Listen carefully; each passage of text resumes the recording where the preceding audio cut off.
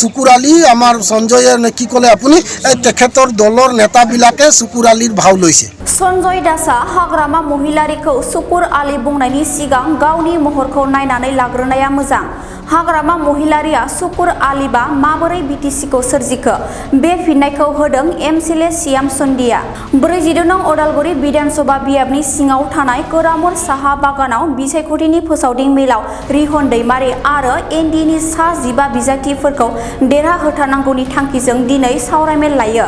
कोरामुर साहा बागानाव जिउ खुंबोनाय गोबां मावसुमा रायजो राजाफोरा सावरायमेलाव बाहागो लायो आरो नांगोलनि सावगारियाव भट होनो थिरांथा लायो।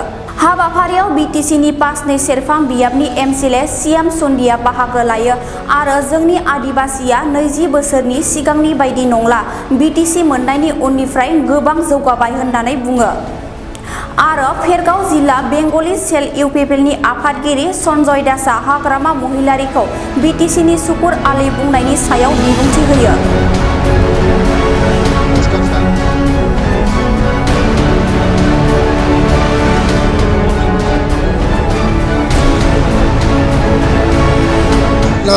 ভাল লাগিছে, কৰামূল চাহ বাগিচাত উপস্থিত হৈ ভাল লাগিছে। গোটেই কৰামূল চাহ বাগিচাৰ আদিবাসী ৰাইজসকলে ইতিমধ্যে সিদ্ধান্ত লৈছে তেওঁলোকে সন্মানীয় আমাৰ বিপিএফ দলৰ প্ৰাৰ্থী ৰিহন দৈমাৰী ছাৰৰ লগত থাকিব, নাঙল দলৰ লগত থাকিব।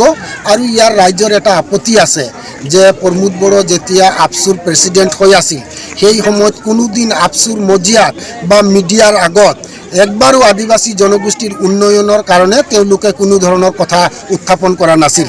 লগতে যি সময়ত বিটিসি গভৰ্ণমেণ্টে বা বিপিএফ দলে অসমত বসবাস কৰা আদিবাসী ৰাইজসকলক এছটি দিব লাগে বুলি তেওঁলোকে প্ৰস্তাৱ লৈছিল, সেই প্ৰস্তাৱক আমাৰ দীপেন বড়ো ডাঙৰীয়াই ইউপিপিএল দলে বিৰোধ কৰিছিল।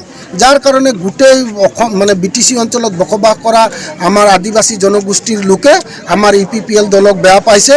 ইউপিপিএল দল ত্যাগ কৰি ইতিমধ্যে সকলো ৰাইজে সিদ্ধান্ত লৈছে বিপিএফ দলৰ লগত থাকিব আৰু আমাৰ ওদালগুৰি বিধানসভা সমষ্টিত আমাৰ ৰিহন দৈমাৰী ছাৰৰ সপক্ষে থাকি তেখেতক বিপুল ভোটত জয়যুক্ত কৰাব বুলি ইতিমধ্যে তেওঁলোকে সিদ্ধান্ত লৈছে।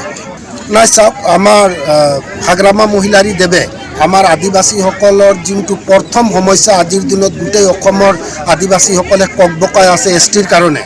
হাগ্ৰামা মহিলাৰী দেৱৰ যেতিয়া চৰকাৰ আছিল 2015 পৰা 2020 চনত, 2018 চনত হাগ্ৰামা মহিলাৰী দেৱে কেবিনেটত প্ৰস্তাৱ লৈ অসমত বসবাস কৰা আদিবাসী আৰু কোচ ৰাজবংশীয় লোকসকলক জনজাতিকৰণ কৰিলে তেখেতসকলৰ কোনো আপত্তি নাই।